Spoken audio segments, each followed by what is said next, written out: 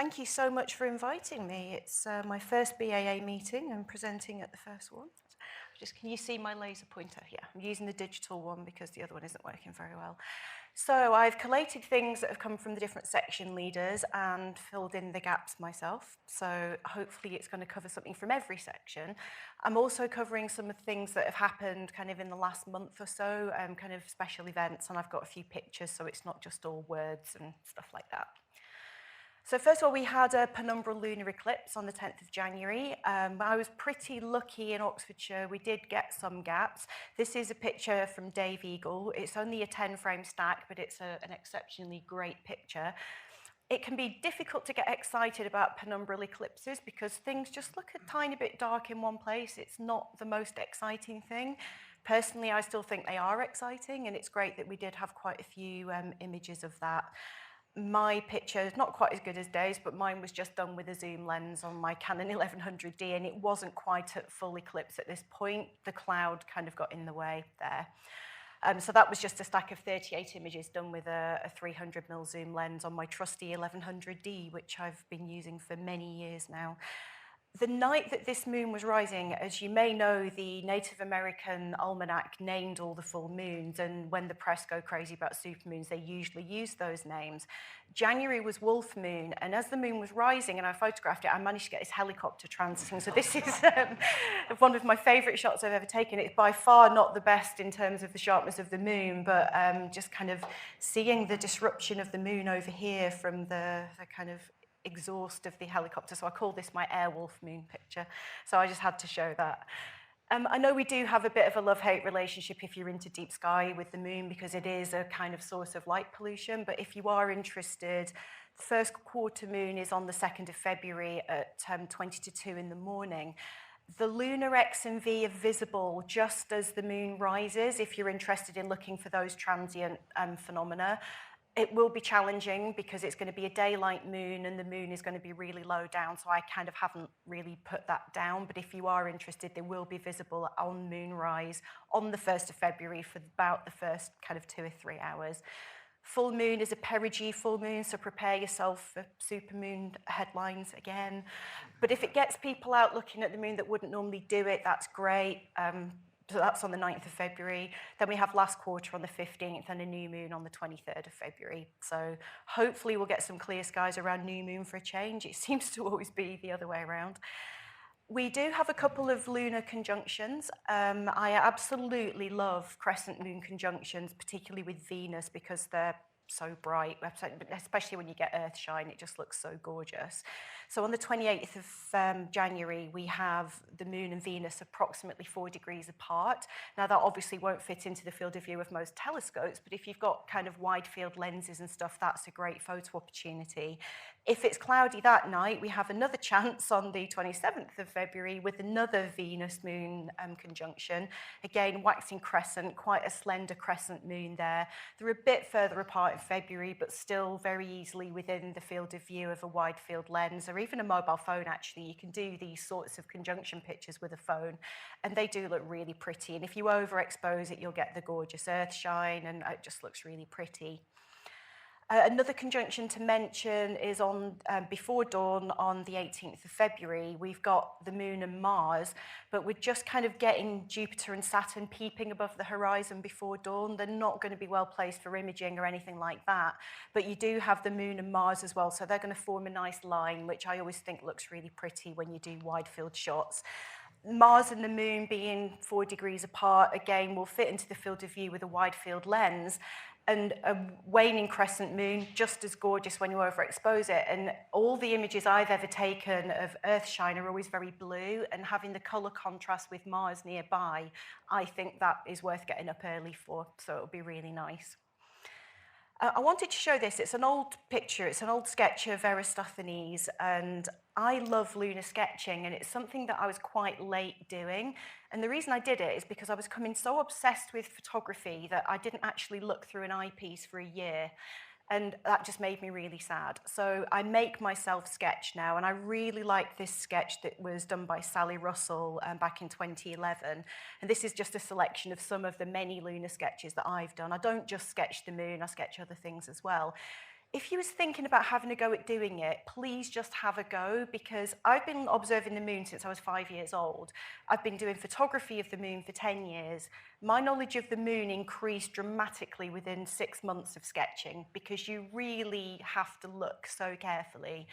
And yeah, your first sketches might not look that great, but you will be learning so much about the topography, about the crater shadows, all of those things. So please just have a go at that if you was thinking about doing it. Moving on to solar, we did have an annular eclipse not visible from the UK. I think this was taken in India. So it was taken by Namal Oppu. So it was an annular eclipse, so obviously you didn't get totality, but I still think these things are quite exciting.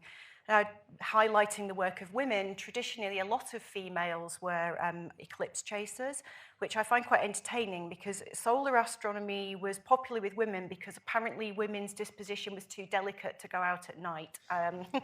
The miasmas that the Victorians believed came down and killed you in the night meant that women couldn't go outside in the dark. I spend longer outside in the dark than I do in the daytime, but I'm fine. So yeah, there's a lot of people that did do eclipse chasing, and I find it really entertaining that tropical disease, ocean storms, local uprisings, all of these things were considered less dangerous than a chilly garden in the evening. But either way, a lot of women were doing kind of solar stuff, and I actually love solar astronomy myself, although we've all learned a lot more about solar astronomy so far today. It has been extremely quiet. As of 11 o'clock last night, we have a spot-free sun, but there have been some tiny sunspots, 3rd of January, so we believe cycle 25 has finally begun. These were not particularly fantastic sunspots, but we'll take anything we can get after the quiet period that we've had. And obviously, because we've had very little sunspot activity, there hasn't been a lot going on with aurora either, so I don't have an aurora section today. But do bear in mind, keep an eye on coronal holes, because a lot of the aurora displays that I've seen from mid-latitude in Oxfordshire have been the result of a coronal hole letting out fast solar wind rather than a big ejection event. So do bear that in mind and get all your apps fired up to just alert you, because there may just be these little pockets of aurora for about 30 minutes now and again. White light at the moment, nothing going on at all, but these pictures were taken on the 15th of January from Roger Samworth, just showing some of the prominences that we now all know much more about after the first talk today. Prominences are not necessarily associated with sunspots. You get filaments as well that aren't associated with sunspots. So if you have access to a H-alpha telescope, every day is worth observing. Even if you've got a spot-free sun, you may get a little area of activity that just surprises you. And prominences can just fire up on the limb out of nowhere. You can have something an hour later that wasn't there, and so on. So just always really worth doing it. And if you don't have access yourself to a solar telescope, then there are some of the robotic ones that let you book time to do that. Also, if you're interested in transits, there's a website called Transit Finder and also CalSky that for your location, and you can set parameters to tell you how far away you're willing to drive, you quite often get these kind of little pockets of the ISS transiting the sun from various locations. This was my first ever transit that was done back in June. I may have squealed slightly. If anyone saw my blog on my YouTube channel, I was slightly gushing, but I just find this amazing that you can actually see the shape of the space station. But some of the other bigger satellites as well as the ISS are visible when they cross the sun, and I've certainly seen many of them go across visually without trying to image them. So yeah, not a great time for solar astronomy, but definitely worth still trying to do some stuff, and hopefully things will pick up. So moving on to Mercury and Venus. And Mercury is at greatest elongation on the 10th of February, so it's going to kind of creep up. I mean, Mercury is always very low, but at mag minus 0.5, it's pretty bright, even though it is quite low. So once the sun dips down and you do start to get the twilight, Mercury does kind of pop out of that kind of red sunset sky. So just keep an eye on that after sunset, and then it will vanish again by the end of the month. I think we've probably all noticed Venus. This picture was sent by Nick James from Siding Spring, so we haven't all seen Venus from there, but we've certainly seen it dominating the western sky. I took this photograph myself on the 19th of January, didn't realise at the time I had Neptune in shot as well. I'm going to talk about Neptune more in a minute, but Venus is just blazing at the moment and really dominating the sky and always just looks so beautiful. Dave Eagle again took this picture where you can see the phase of Venus, and during February it's going to be at a gibbous phase throughout the entire month. So if you do point a telescope or a zoom lens at it and you think it isn't looking round, that's because it isn't. You are seeing the phase at the moment. So as it climbs higher and higher, it will remain gibbous. So Venus and Neptune, this is a really special event. On the 27th of January, these guys are going to be 4 arc minutes apart. That is unbelievably close conjunction. Venus throughout February is going to get higher and higher, and it's going to be visible not setting till 10 p.m. by the end of the month. So you've got plenty of time in the dark to actually take pictures of Venus, and it will look really pretty. It's going to be mag minus 4.2 by the end of the month, so you're really not going to be able to miss it. I used Stellarium to give me a kind of screenshot of what this will look like, the close conjunction of Neptune. Now, Phi Aquarii is also in shot, so don't be confused if you point your binoculars at this and see the other bright object and think that that's Neptune. It isn't. If you actually zoom in, Neptune is almost going to be lost in the glare of Venus. It's so close. So if you point binoculars at this and look for a kind of greenish coloured star just above Venus, then that is Neptune, and then you've obviously got Phi Aquarii nearby as well. Now, this is a simulated ocular view with a 4-inch refractor, 102mm refractor. If you've got a bigger telescope, you resolve the gap between them even more. But even with a 10-inch Dobsonian or our 8-inch Ritchie-Chrétien, when you put the ocular view in, they're still incredibly close. So I can't remember if I've ever observed a conjunction quite this close, so definitely worth a look. Jupiter and Mars. Jupiter was at solar conjunction at the end of December, so definitely not a good time in terms of trying to do high-res pictures of Jupiter or any of those types of photography. But it is starting to appear in the dawn sky. It's rising at about 6:30 in the morning on the 1st of February, but by the end of the month it's rising at 5, so it's getting earlier. Hopefully, in the next coming months it's going to be visible more in the dark, and we'll have a few more opportunities to image it again. Mars, also, as you saw from that picture before, it's very low down in the southeast before sunrise, and it's going to stay there all month. Not much exciting happening really with Mars, but it will change slightly. It's going to rise at about 4:45 at the beginning of the month and about 20 minutes earlier by the end of the month. So really not a good time for Mars in terms of high-res imaging. So moving on to Saturn, Uranus and Neptune. Again, we've got another one at solar conjunction. It was on solar conjunction on the 13th of January, so it's not visible at all. By the end of February, you'll start to see it just peeping in the southeast before sunrise. It's just to the east of Jupiter, so you'll get them all in a line again. But definitely not a good time to try and image Saturn or see its rings. We saw Neptune is going to be in conjunction with Venus, but it's really quickly slipping down into the evening twilight as the month goes on, so we're going to start losing it. I had to show this amazing picture. This is a picture of Neptune. This isn't something I've ever attempted myself with a big telescope, but to actually get a picture of the disk of Neptune is quite an achievement. So this was taken by Manos Kardassis with a C14 telescope on the 4th of January. I really like that picture. Uranus, there's some pictures by Martin Lewis that have been submitted to the BAA, which are showing some interesting bright regions in the northern hemisphere. I've took the liberty of labeling this picture because I'm not an expert on knowing the positions of Uranus's satellites, but this is incredible to have 5 of Uranus's satellites visible as well as these bright regions. So it just goes to show you, this was taken on the 3rd of January with an IR pass filter. You just never know what might be going on these sorts of planets, so they're always worth a picture, even if you think, oh, I don't have time. You never know, you might just catch something that's quite transient, so always worth having a look. Also, Uranus is going to be approximately on the meridian at sunset, so it's really well placed for observation all month, so definitely get your telescopes out and try and have a go at that.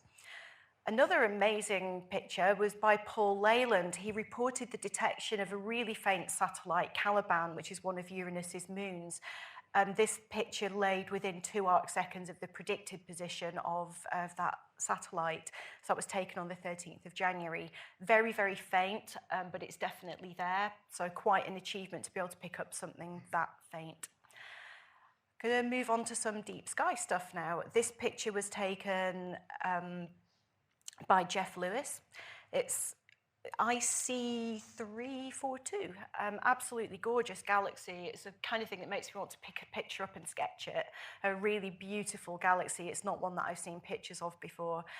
I really like this deep sky image as well. I love these kind of interstellar, dusty, reflection, nebulae type pictures. This is M78 taken with a 10-inch Newtonian by Trevor Green. Really beautiful. There is currently a Type 1a supernova, SN220UE. That's in an elliptical galaxy called NGC 4636. Number dyslexia kicking in there. This was actually discovered on the 12th of January by Kotichi Tagi. It was Mag 15 when discovered. It reached what we think is possibly already the peak, and that was at Mag 12.5 on the 21st of January. I found this picture from Flickr because there wasn't really anything else in the BAA archive, so this is by Keith Shearer. I love this picture because if you look here, he's actually got an asteroid here as well, which was one of the inner main belt asteroids with a 17-kilometer diameter, so he got that in shot as well as the supernova. Supernovae, the minute you hear about them, it's worth getting out and imaging them because they're a transient event and we need as much data as possible to get the light curves. Somebody did actually do some spectra on this. This was by Robin Ledbetter. So this is a reference spectrum alongside the actual spectrum of the supernova. So the supernova is the red line and it follows perfectly with the reference spectrum there. So if you do have spectroscopy equipment, if you do have CCD cameras, the minute you hear about anything like this, you need as much data as possible before the light curve starts to drop, just so that we can map and find out what's going on.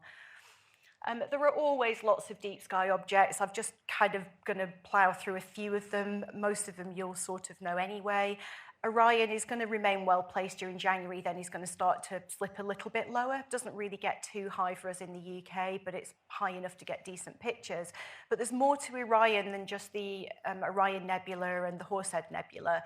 You've got the Running Man Nebula, there's M78, NGC 2071, all these reflection nebulae that are so beautiful and often get overlooked.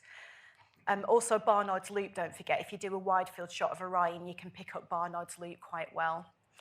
Auriga is really well placed, and this is absolutely full of open clusters. It's such an interesting constellation to just point your binoculars at and scan around. And I think the difficulty here is not seeing clusters, but actually identifying which ones you're looking at because there are so many. But as well as that, there's the Flaming Star Nebula, and we've got the Spider and Fly Nebulae in there as well. So they're definitely worth a look while Orion's quite high. Double cluster, always a pretty one to take a picture of at the top of Perseus, and then nearby to that you've got the Heart and Soul Nebula, really huge nebula regions that are really interesting to photograph, just visible with binoculars as well.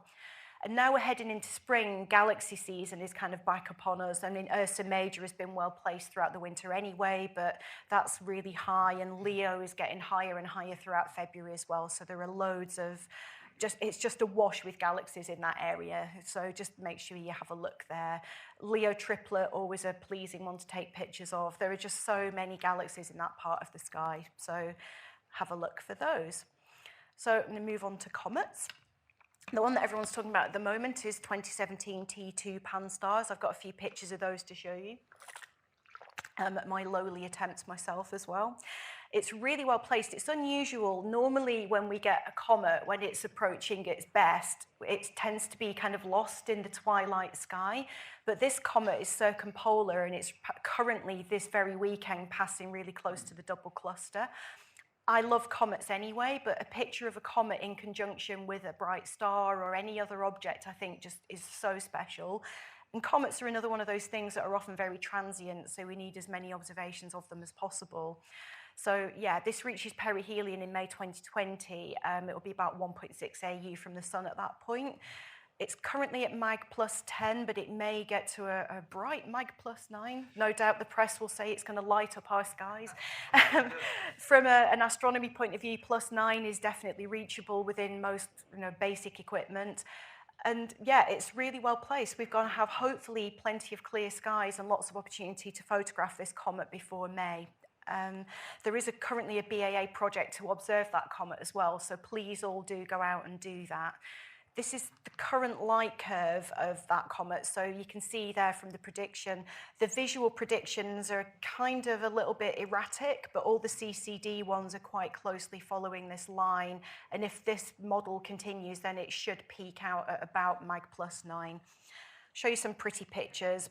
This was taken by Denis Bukzinski. Really, really pretty. This was on the 6th of January. Another picture here. I'll just circle where the comet is here. I've tried and failed to observe this comet visually. It's really small and doesn't look particularly bright in my 8x42 binoculars, but it does show up in photographs, and you can just see the crosshairs here, and the comet's just kind of in that little dot there. And this is as it approached the double cluster taken by Dave Swan on the 12th of January. And this is a picture by Nick Hewitt, closer in, showing a bit of a tail. It's not the most spectacular comet, but you know, all comets are great. This is my attempt from one of the most frustrating nights of imaging of my life, having imaged for 9.5 solid hours. I think I got just under 2 hours of usable data. When I framed this, the whole double cluster was in shot, but in 9 hours that had drifted out of shot. So even though I got the comet, I didn't get the double cluster, so I was a bit annoyed. But what I did get, if you can see the comet, it's up here, in case you couldn't spot it. I did get a decent crop out of it because it was in conjunction with another little cluster. I haven't got my glasses on, so I'll have to remind myself what that is. NGC 957, so it's another little cluster that's not far from the double cluster. But it is now closer, and as we go on tonight, this is kind of where we're at here, and this weekend is making its closest pass of the double cluster. My picture was taken just with a really small 70mm refractor, and it's easily within the field of view of that. So for the next few days, it should still be within the field of view of the double cluster. In the coming weeks, it's going to coming months, it's going to move further up through various different constellations and it's going to be in a really good position throughout all of this pass, actually. So it's a good one to have a go at. In the news, we had the first amateur discovery of 2020. This was C2020A2 Ayamoto. This was discovered in Japan by Miyazaki Awamoto. Hope I'm pronouncing that correctly. He picked up a 14th magnitude object low down in the dawn sky. He did that with a Canon 6D with a 400mm lens on the 8th of January. It was independently verified by Borisov on the 13th of January.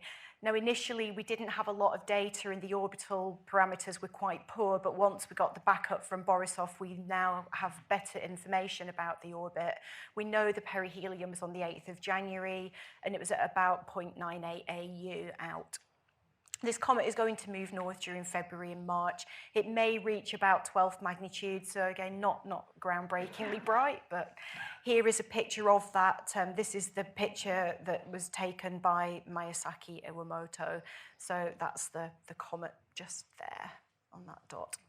So a faint object, but even these faint objects, as transient objects, they're always fun to try and spot, even if they are a challenge. So this is the path the comet is going to take. It's going to kind of move up as the months come on and go again in a similar path north to the other one. So moving up onto asteroids and remote planets, this is a really important discovery. The first ever intra-Venusian asteroid was discovered on the 4th of January. I'm not an expert on these objects by any means, so all I know about it, I'm going to tell you now. So it's a new object measuring between 1 to 3 kilometers, discovered by the Zwicky Transient Facility, magnitude of about 16.4. Its provisional designation is 2020 AV2, and this is shown to orbit within the orbit of Venus. So at perihelion, it's at 0.46 AU out, and at aphelion at 0.65 AU. So that's well within the inner orbit of Venus. It's the first and only known member of this intra-Venusian Vitra class of Atira asteroids. Yeah, that's as much as I know about it. But no, this is quite an exciting discovery. This must be a theoretical group of asteroids that we know exist, and now we actually have an actual example of one. So this is something I'm looking forward to finding out more about myself. Didn't have a lot to report on the meteor stuff, so I've kind of dipped from our own stuff here. This was one of the best fireballs we've caught on our own meteor cameras. I say us. I show the pretty pictures. My husband does all the technical stuff with our meteor cameras and radio meteor stuff that I'm going to show you. This was on the 15th of December. The great thing about the meteor cameras is they keep going when you need to sleep. So you get events like this at 2:26 in the evening or in the morning without having to actually stay up and watch them. So yeah, very difficult to analyze this because of the cloud, but still a very spectacular video all the same. But just to report on the meteor showers that we have had, we had the Geminids in December, pretty much clouded out where I was visually, but we can definitely see from the radio meteor data on this heat map what the heat map shows you if you're not familiar with them. It just shows you in numbers just the time and the date that you had the most events. Radio meteor stuff, it's a bit more difficult to analyse fully, but you can see rates and when you have these peaks in activity of meteor stuff. So the Geminids definitely peaked at around about 121 meteors per hour on the radio. That morning it peaked kind of around 4 a.m., which is kind of what you expect with meteor showers. As Earth rotates, the dawn side's kind of rotating into the debris and essentially kind of scoops up the debris as far as I understand it. So you do always get enhanced rates, and that's something we've certainly noticed since setting up the radio stuff. Even if there isn't a shower at the moment, you get enhanced rates before dawn. It really shows up on these heat maps. But interestingly, there was kind of like a second peak later that night at around about 10 p.m. But over those, each one of these little squares is the day. So this is the 14th of December here. So you can see that around this time for several days and in the evening, there were kind of enhanced rates. So the Geminids does have a more broad peak. The Quadrantids that we had in January has a more focused peak, which we know because the debris stream is more compact, so therefore that shower's peak is more compact. This was at 4 a.m. on the 4th of January. Now, I admit I didn't stay up for this one myself, but people that did stay up, when the clouds parted, they did report visually that there were so many meteors, actually visual magnitude, as well as the stuff showing up on radio meteor. And this shows that it kind of peaked out again around 4 or 5 a.m., around 99 meteors per hour, but that enhanced rate carried on through till about 1 o'clock the following afternoon. So very focused peak, and again on this heat map you can clearly see that there are more pockets of activity in the kind of early morning hours. So that's all I have to report on meteors. There's no showers coming up this month, but obviously you never know when you're going to get lucky and spot some sporadics. Variable stars, it's not often that we get variable stars hitting the mainstream press like we have with this one. This has been really interesting to follow. Betelgeuse, if you have been out, I'm sure we've all been out and had a look at this. Orion just looks a bit weird. Betelgeuse has faded quite a lot. And these pictures have just been taken at different times. I wasn't particularly following Betelgeuse. It just so happens I've got pictures from different times. And if you compare the 2014 picture to December 2019, you can see a marked dimming, but even from December to January, it's dimmed again, certainly in the visual range. This has led to a lot of high-quality, fully scientific press coverage. I've really wrecked my algorithms by searching for these stories to get the screenshots. But I really love the fact that this has apparently caused panic. I don't think it's triggered panic. I think we're all being quite sensible about it. But what's this pre-Messiah star? Is this dimming of the pre-Messiah star means we're about to have a war? Yeah. So, yeah, I tend to base my scientific opinion not on those headlines. This is a light curve from APAS over the last 40 years, and Betelgeuse is a very complex star. It's got lots of different kind of cycles that go on within it, and there's definitely been a marked difference in this cycle compared to the ones previously. And if we look at the last 2 years, you can see again that in the visual range, it's definitely dimmed quite a lot. So what do we know about it? Well, Betelgeuse is a pulsating red supergiant. Its diameter varies massively, and if any of you understand the life cycle of red giants, when a red giant expands, it causes it to cool, which means it can then shrink again. There's a lot of stuff going on beyond that with Betelgeuse, and the diameter can vary between the orbit of Mars and the orbit of Jupiter. That's quite a significant change in diameter. So there's a lot of just cyclic changes that happen within this star anyway. There are multiple periods beyond those visual light curves, so it's a really complex thing to model, and we don't really fully understand the physics of what's going on with Betelgeuse. So the other thing that's really important that a lot of people are choosing to ignore is the fact that while it's definitely faded in visual wavelengths, it hasn't faded at all in IR. if you look at overall luminosity, including that isn't within the visual range, there has been no significant drop in its actual overall luminosity. There is a small drop in temperature, and Betelgeuse is relatively cool on the surface anyway, but there's been another drop in temperature, which could be responsible for the exaggerated dimming within that visual range. Also, Goonman and Wassertonic on Astronomer's Telegram have also suggested that Betelgeuse is expelling cooling gas and dust, which could be partially obscuring it. So obviously, if we're viewing Betelgeuse through gas and dust, then it's going to look dimmer than it actually is. So there's a number of things that could be at play here. But Pete Lawrence took this picture in infrared, and Betelgeuse is shining just as brightly as it normally would look in visual. So it just kind of backs up the fact that it's still got the same kind of output, it's just slightly changed its wavelength. And just for comparison, over here we've got Aldebaran, there in the Hyades cluster in Taurus. So yeah, it's definitely an interesting thing to watch, whether it's gone supernova or not. I mean, the stories went crazy when we then found gravitational waves coming from that part of the sky as well, but whether anything's happening, just keep watching. But what's interesting, Hugh Allen actually did this spectra on the 18th of January, and it's showing that it's definitely redder. It's like literally redder according to the spectrum. So there's something going on. Keep watching it, who knows what's going to happen, but no, it's great to see astronomy in the mainstream press, although it is always reported badly, I find. There are some other variable stars to talk about as well. Chi Cygni is another long period variable. This actually became naked eye visible in January. It was about mag 5.8 on the 10th of January. This is heading for maximum magnitude kind of late January, early February time, so definitely keep an eye on that. It's going to remain visible to the naked eye for about 6 weeks after maximum. It will be very, very low in the sky at that time, but definitely one to watch.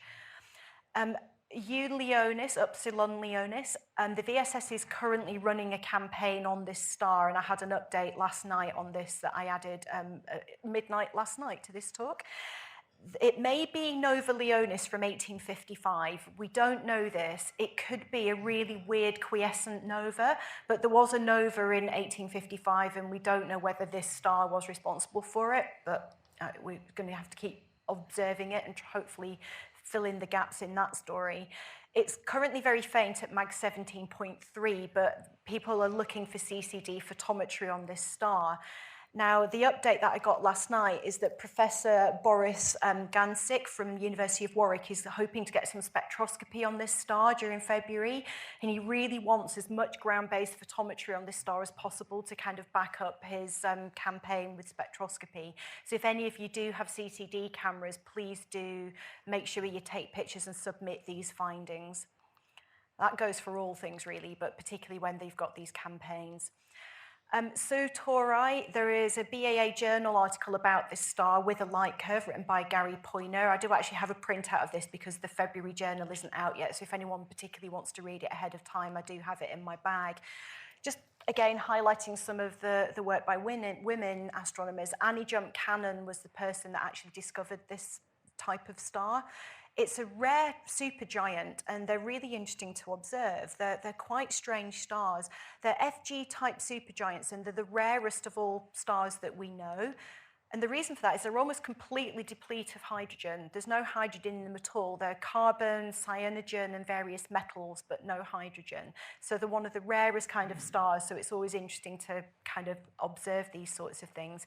It has these really unpredictable variations. Now, this sort of star is constantly ejecting dusty carbon ejector, and it does it in random directions, and you never quite know where that will be. So sometimes that's within the line of sight. So it can cause these really weird dimming and brightening events that are just not predictable at all because it's just random dust. So always, things like this, always interesting to just keep doing photometry on and just look at what's going on with the magnitudes. We've had a second variable star in a month that's gained mainstream press coverage. This is V Sagittae. Professor Bradley Schaefer, who was at the Louisiana State Uni team, they were at the American Astronomy Society meeting, and this is a catastrophic binary star, and they reported that this has brightened. And he's suggested a very specific date that these are going to merge and cause a spectacular supernova, 2083 plus or minus 11 years. So if any of us are around in 2083 plus or minus 11 years, this might be one to watch. But this is definitely something that's also gained mainstream press because, oh, Betelgeuse hasn't gone supernova. Maybe this one will do if you live to 2083. So there's more information on that on the BAA website, and I have got the article printed out if you want it. Now, we've just seen a lot from Julian about exoplanets, and we have several transits. Now, the Aerial Space Mission is looking for support. I still find it extraordinary that, like, from having no exoplanets discovered to the number we have now, we've gone from that to being able to actually observe exoplanet transits from a back garden. I think that's extraordinary, and I can't imagine as a child being told that we would be able to do that, but we can, with relatively inexpensive equipment, you can do this. And the exoplanet transits that they're wanting back, like kind of ground-based support on are EXO-6b, HAT-P3b, HAT-P12b, HAT-P22b, and TRES-1b. All the target data and details of the mission, there's a PDF download on the BAA website, so if you want to find out more information and get involved with that, then all the information is there, and the exoplanet leader is actually here with us today as well. So if you've got any questions on that, I will deflect them in that direction. In the historical section, we had the unveiling of a green plaque to commemorate Reverend Dr. William Pearson. He was a co-founder of the Royal Astronomical Society, which, as many of you know, is celebrating the bicentenary this year. It was 200 years old on the 12th of January. Pearson was the rector of South Kilworth in Leicestershire, and Mike was there and sent me some pictures that were taken on that day for the unveiling of this plaque. There were a couple of people that were nominees. This is Mike giving his speech on behalf of the nominators. There was him and Carolyn Bedwell, and Mike gave a short speech on behalf of those nominators. And Mike said it was a very blustery, horrible day, but a number of people turned up to that event, including some children from a nearby school. There was a child from each class representing the school there for this unveiling. And this kind of thing's really good because it gets kids thinking about the history, and I think Mike was saying that he's now got a talk booked in that school to talk about some of the work of some historic astronomers. The unveiling party is there. There are some people, all of these photos were taken by Leicestershire County Council. So there's the RAS contingent and some of the BAA contingent there, people with that plaque. I don't think I'd ever realised how big these plaques are. I think in my mind they were this big, but clearly they're a lot bigger than I first thought. Now, I'm going to finish up now just touching on something else that's been in the news, and that is Starlink. Now, I was an avid iridium flare watcher. I loved iridium flares. I'm glad the new fleet don't flare because obviously this stuff is a source of light pollution. This video amazes me. This is Falcon going up with the first batch of the Starlink satellites, a video by Mel Gig, and you can see the plumes as I'm assuming it's the attitude thrusters firing. The fact that we have cameras capable of filming this in our lifetime is pretty amazing. This is a Sony A7S, I believe. So that was the first launch back in May. Now, many of us, I'm sure, went out and observed this back in May when we had this first chain of 30 satellites. I went out and observed this, and I have to say I knew I was looking at something quite special, but equally I was quite horrified by it. And if we're not careful, we're going to end up with a sky that looks like Julian's Orion simulation. We really are into some dangerous territory here. I'm leaving this picture on here because as Mel photographed this, you'll see a very lucky meteor streaking through the shot, so I'll leave this running. These have now spread out, the first batch. We've had a couple more launches, and there are going to be many more launches. I just watched this meteor shoot through there. It's amazing look there. These are very sped up, obviously. Now, there is an accelerated launch timetable. The astronomy community in general have raised their concerns about how reflective these things are, about the fact they're not radio transparent. There's a lot of problems with the current design of these satellites. Despite that, he's painted one of them black and gone ahead with an accelerated launch schedule. So there are going to be 60 every 2 weeks, meaning by the end of 2020 alone, there are going to be another 1,500 satellites in orbit. That is doubling the number of active satellites that we have in orbit. SpaceX has procured FCC approval for 12,000. If that goes ahead, it means that from any location, these are basically, if you don't know this, these satellites are responsible for 5G internet coverage throughout the whole globe. So these are not just going to be in one orbit, these are going to be in a web around the whole globe, a bit like the Iridiums were, but there were only 66 of those. The models are showing that from any one time, there are going to be 140 satellites visible from any location. That's for that bit. He's seeking approval for a total of 42,000. What scares me is that there are 2 other companies that are looking to do the same, and there's currently nothing governing this. Now, just a few days ago, I went out for a 50-minute period. Again, this is Mel's video sped up massively. In a 50-minute period, there was just a satellite after satellite after satellite. And this was the second pass. In a 3-hour period, the whole chain had gone round twice, meaning that for 3 hours, there was a satellite kind of every minute going over. Now, I actually photographed this with a wide-angle lens myself, thinking I'll show the effect they're having. They showed up on my 10mm lens. I could see it on the individual shots, but when I stacked them into star trails, all but the first one were completely invisible, which pleases me as a wide-field photographer. But a friend of mine using a kit lens, you can see that this is a picture by Pete Glastonbury. If you look here at this milky band, that is all the Starlink satellites that went over in that period that he shot that. Mel's picture here from the video that I just showed you, this shows, and this is just a small number of what's actually out there. From a hobby point of view, from a kind of photography point of view, this is a nuisance. You can clone them out, it's a nuisance. However, if you're looking for transient events, this is the Starlink fleet going through the dark energy camera that's currently on the 4-meter telescope at CTIO. This is a mess, and this is just going to get worse unless he does something about the reflectivity of these. When you've got a big instrument pointing up with that many satellites, if you're looking for transient events, if you're looking like the Pan-STARRS Sky Survey is being affected by it, if you're looking for near-Earth object stuff, anything that's looking kind of blink comparisons or changes from one picture to the next, it's going to completely mess up the way that these observations are going on. And just to show, if even with radio, this is our radio meteor data, 3 different occasions where these satellites have passed. Now that's what a meteor looks like on radio. All of these kind of parallel tracks here, these are all satellites. So I'm hoping that in a couple of years' time, they will have modified the design of these so they're not going to be quite as in our face.